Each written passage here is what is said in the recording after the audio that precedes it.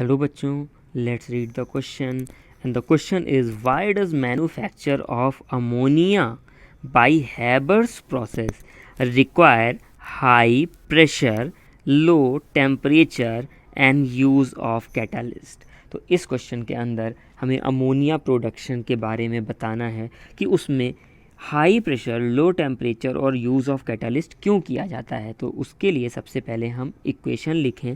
तो इक्वेशन होती है N2 gas plus 3H2 gas gives 2NH3 gas and there is a catalyst. Enthalpy of this reaction is less than 0, means this process is exothermic in nature.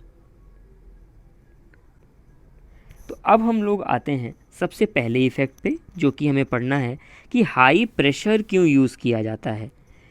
तो इस reaction को अगर आप ध्यान से देखें तो हमें देखने को मिलेगा कि जो इसका डेल्टा एन जी की वैल्यू है, तो डेल्टा एन जी किस प्रकार से निकालते हैं, प्रोडक्ट के गैसियस मोल -1 + 3 रिएक्टेंट के गैसियस मोल N2NH2 के हमने लिए हैं। तो यहाँ पे आप अगर देखोगे तो ये -2 आएगा, यानी गैसियस मोल डिक्रीज़ हो रहे हैं प्रोडक्ट साइड।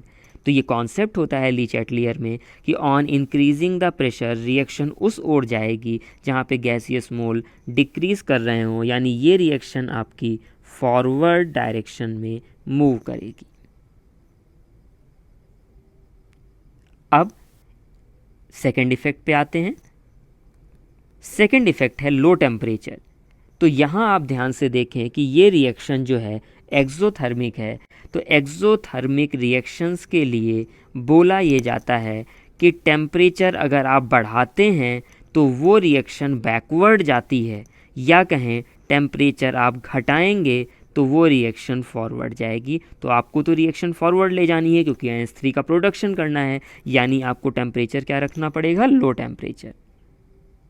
तो ये तो आपके हो गए प्रेशर और टेम्परेचर के इफ़ेक्ट। अब कैटालिस्ट के इफ़ेक्ट के बारे में अगर हम बात करें तो कैटालिस्ट का काम रेट ऑफ रिएक्शन को तेज करना होता है, या वो अपनी ओर से भी कुछ ना कुछ अमाउंट ऑफ एनर्जी देता है।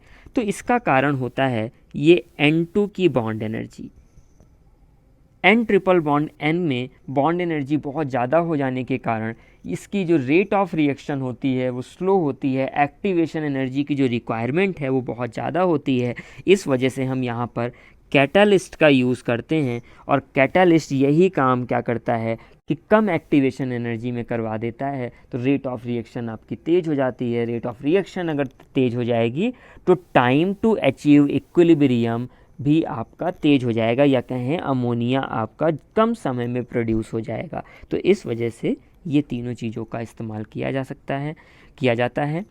Thank you. I hope you all understood this question.